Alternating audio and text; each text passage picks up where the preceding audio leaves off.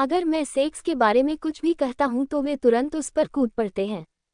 Sex कच्ची ऊर्जा है, इसे रूपांतरित करना होगा और परिवर्तन के माध्यम से अतिक्रमण होता है।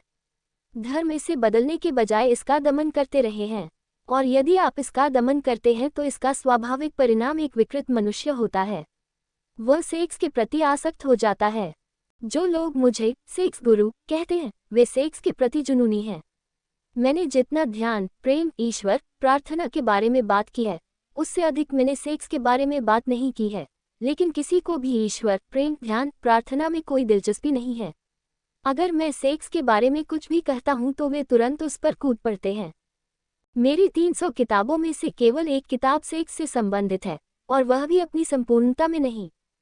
किताब का नाम है from sex to superconsciousness. बस इसकी शुरुआत सेक्स से संबंधित है। जैसे जैसे आप इसकी समझ में गहराई तक जाते हैं, यह अतिचेतनता की ओर, समाधि की ओर बढ़ती है। अब वह किताब लाखों लोगों तक पहुंच चुकी है। यह एक अजीब घटना है। मेरी अन्य पुस्तकें इतने लोगों तक नहीं पहुंच पाईं। भारत में एक भी हिंदू, जैन संत, महात्मा ऐसा नहीं है जिसने इसे न पढ़ा हो। इस पर हर संभव तरीके से चर्चा की गई, आलोचना की गई, विश्लेषण किया गया, टिप्पणी की गई। इसके खिलाफ कई किताबें लिखी गई हैं, जैसे कि वह एकमात्र किताब हो जो मैंने लिखी हो। इतना जोर क्यों? लोग जुनूनी हैं, खासकर धार्मिक लोग जुनूनी हैं। सेक्स गुरु का ये लेबल धार्मिक लोगों से आता है। सेक्स से ध्यान बनाएं। जितना अधिक आप सेक्स के माध्यम से ध्यान में जाएंगे, सेक्स का प्रभाव उतना ही कम होगा। इससे ध्यान बढ़ेगा, और बढ़ते ध्यान से एक नया द्वार खुलेगा और सेक्स खत्म हो जाएगा।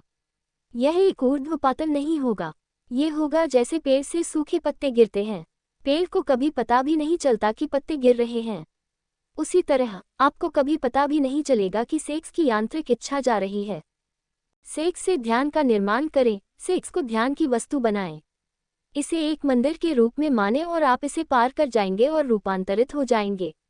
तब सेक्स वहां नहीं होगा, लेकिन कोई दमन, कोई ऊर्ध्वपातन नहीं होगा। सेक्स बस बन जाएगा अप्रासंगिक, अर्थहीन।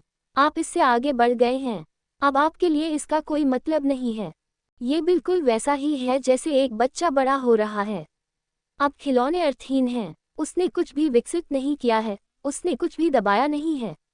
वह अभी बड़ा हुआ है, वह परिपक्व हो गया है।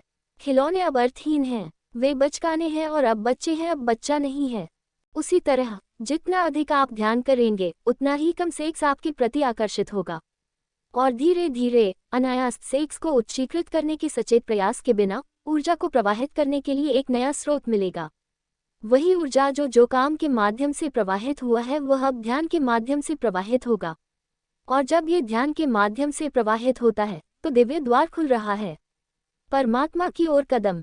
ओशो, कृपया हमें सेक्स ऊर्जा के आध्यात्मिक महत्व का वर्णन करें। हम सेक्स को उदात्त और आध्यात्मिक कैसे बना सकते हैं? क्या सेक्स करना, प्यार करना, ध्यान के रूप में, चेतना के उच्च स्तर की ओर कूदने के बोर्ड के रूप में संभव है? उद्धरण चिन्ह ... आपने सेक्स और लव शब्दों का इस्तेमाल किया है। आमतौर पर हम दोनों शब्दों का इस्तेमाल ऐसे करते हैं जैसे कि उनका कोई आंतरिक संबंध हो। ऐसा नहीं है। प्यार तभी आता है जब सेक्स खत्म हो जाता है।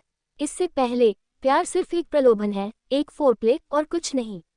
ये सिर्फ सेक्स क्रिया के लिए जमीन तैयार कर रहा है। ये सेक्स के लिए एक परिचय, एक प्रस्तावना के अलावा और कुछ नहीं है। इसलिए दो व्यक्तियों के बीच जितना अधिक सेक्स होगा उतना ही कम प्यार होगा, क्योंकि तब प्रस्तावना की आवश्यकता नहीं है। जब सेक्स एक ध्यान बन जाता है तो ये प्रेम में विकसित होता है, और यह खिलना परमात्मा की ओर एक गति है।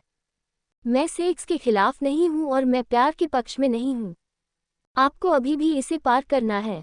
इस पर ध्यान करें, इसे पार करें। ध्यान से मेरा मतलब है कि आपको इसके माध्यम से पूरी तरह से सचेत, जागरूक होकर गुजरना होगा। आपको इसके माध्यम से आंख मूंद कर नहीं गुजरना चाहिए। अचेतन रूप से महान आनंद वहाँ है, लेकिन आप आंख मूंद कर गुजर सकते हैं और इसे चूक सकते हैं। इस अंधेपन को बदलना होगा। आपको खुली आंखों वाला बनना होगा। खुली आंखों के साथ सेक्स आपको एकता के मार्ग पर ले जा सकता है। यदि आप अपने यौन जीवन में ध्यानपूर्ण बनने का प्रबंधन कर सकते हैं, अपनी स्त्री या पुरुष का हाथ पकड़कर चुपचाप क्यों नहीं बैठते? अपनी आंखें बंद करके महसूस क्यों नहीं करते? दूसरे की उपस्थिति को महसूस करो, दूसरे की उपस्थिति में प्रवेश करो, दूसरे की उपस्थिति को अपने अंदर प्रवेश करने दो। एक साथ कंपन करो, झूमो एक साथ। यदि अचानक एक महान ऊर्जा आप पर हावी हो जाए तो एक साथ नृत्य करें और आप आनंद के ऐसे चरम शिखर तक पहुंच जाएंगे जैसा आपने पहले कभी नहीं जाना है। उन चरम शिखर का सेक्स से कोई लेना देना नहीं है, वास्तव में उनका मौन से बहुत कुछ लेना देना है। और यदि आप अपने यौन जीवन में ध्यानमग्न होने का प्रबंधन भी कर सकते हैं, यदि आप प्रेम करते समय एक प्रकार के नृत्य में मौन रह सकते हैं, तो आप आश्चर्यचकित हो जाएंगे। आपके पास आपको सबसे दूर के किनारे तक ले जाने की एक अंतर्निहित प्रक्रिया है। उद्धरण चिन्ह। प्यार खतरनाक है, सेक्स खतरनाक नहीं है। जो लोग प्यार से डरते हैं वे सेक्स से नहीं डरते। प्यार खतरनाक है, सेक्स खतरनाक नहीं है, इसमें हेरफेर किया जा सकता है। अब इसे कैसे करें, इस पर कई मैनुअल हैं। आप इसमें हेरफेर कर सकते हैं। सेक्स एक तकनीक बन सकता है, प्यार कभी भी एक तकनीक नहीं बन सकती। यदि सेक्स में आप नियंत्रण में रहने की कोशिश करते हैं तो सेक्स भी चरम तक पहुंचने में मदद नहीं करेगा। यह एक निश्चित बिंदु तक जाएगा और आप पीछे हट जाएंगे, क्योंकि कहीं ना कहीं इसे भी जाने की जरूरत है। इसीलिए संभोग सुख अधिक से अधिक कठिन होता जा रहा है। स्खलन संभोग सुख नहीं है, बच्चों को जन्म देना संभोग सुख नहीं है। संभोग सुख पूरे शरीर की भागीदारी है, मन, शरीर, आत्मा सभी एक साथ। आप कंपन करते हैं, आपका पूरा अस्तित्व कंपन करता है, पैर की उंगलियों से सिर तक। अब आप नियंत्रण में नहीं हैं, अस्तित्व ने आप पर कब्जा कर लिया है और आप नहीं जानते कि आप कौन हैं। यह एक पागलपन की तरह है, यह एक नींद की तरह है, यह ध्यान की तरह है, यह है मृत्यु की तरह। प्यार सेक्स को एक नई आत्मा दे सकता है। प्यार सेक्स को एक नई आत्मा दे सकता है। तब सेक्स रूपांतरित हो जाता है, ये सुंदर हो जाता है। यह अब सेक्स नहीं है, इसमें परे का कुछ है। यह एक पुल बन गया है। आप किसी व्यक्ति से प्यार कर सकते हैं क्योंकि वह व्यक्ति आपके सेक्स को संतुष्ट करता है। ये प्यार नहीं है, सिर्फ एक सौदा है। आप किसी व्यक्ति के साथ यौन संबंध बना सकते हैं क्योंकि आप प्यार करते हैं। तब सेक्स एक छाया की तरह प्यार का हिस्सा बनकर पीछा करता है। तब ये सुंदर है, तब ये पशु जगत का नहीं रह जाता है। तब परे की कोई चीज़ पहले से ही प्रवेश कर चुकी होती है। और यदि आप किसी व्यक्ति को गहराई से प्यार करते रहते हैं तो धीरे धीरे सेक्स गायब हो जाता है। अंतरंगता इतनी संतुष्टिदायक हो जाती है, फिर सेक्स की कोई आवश्यकता नहीं है। प्यार है अपने आप में पर्याप्त। जब वह क्षण आता है तब आप में प्रार्थना की भावना जागृत होने की संभावना होती है। जब दो प्रेमी इतने गहरे प्यार में हैं कि प्यार ही काफ़ी है और सेक्स बस गिर गया है। ऐसा नहीं है कि इसे छोड़ दिया गया है, ऐसा नहीं है कि इसे दबा दिया गया है, नहीं। ये बस आपकी चेतना से गायब हो गया है और पीछे कोई निशान भी नहीं छोड़ रहा है। तब दो प्रेमी इतनी पूर्ण एकता में हैं। क्योंकि सेक्स विभाजित करता है। सेक्स शब्द ही एक मूल धातु से आया है जिसका अर्थ है विभाजन। प्रेम जोड़ता है, सेक्स विभाजित करता है। सेक्स विभाजन का मूल कारण है। जब आप किसी व्यक्ति, महिला या पुरुष के साथ यौन संबंध बनाते हैं तो आप सोचते हैं कि यह आपको एकजुट करता है। एक पल के लिए यह आपको एकता का भ्रम देता है और फिर अचानक एक बड़ा विभाजन आ जाता है।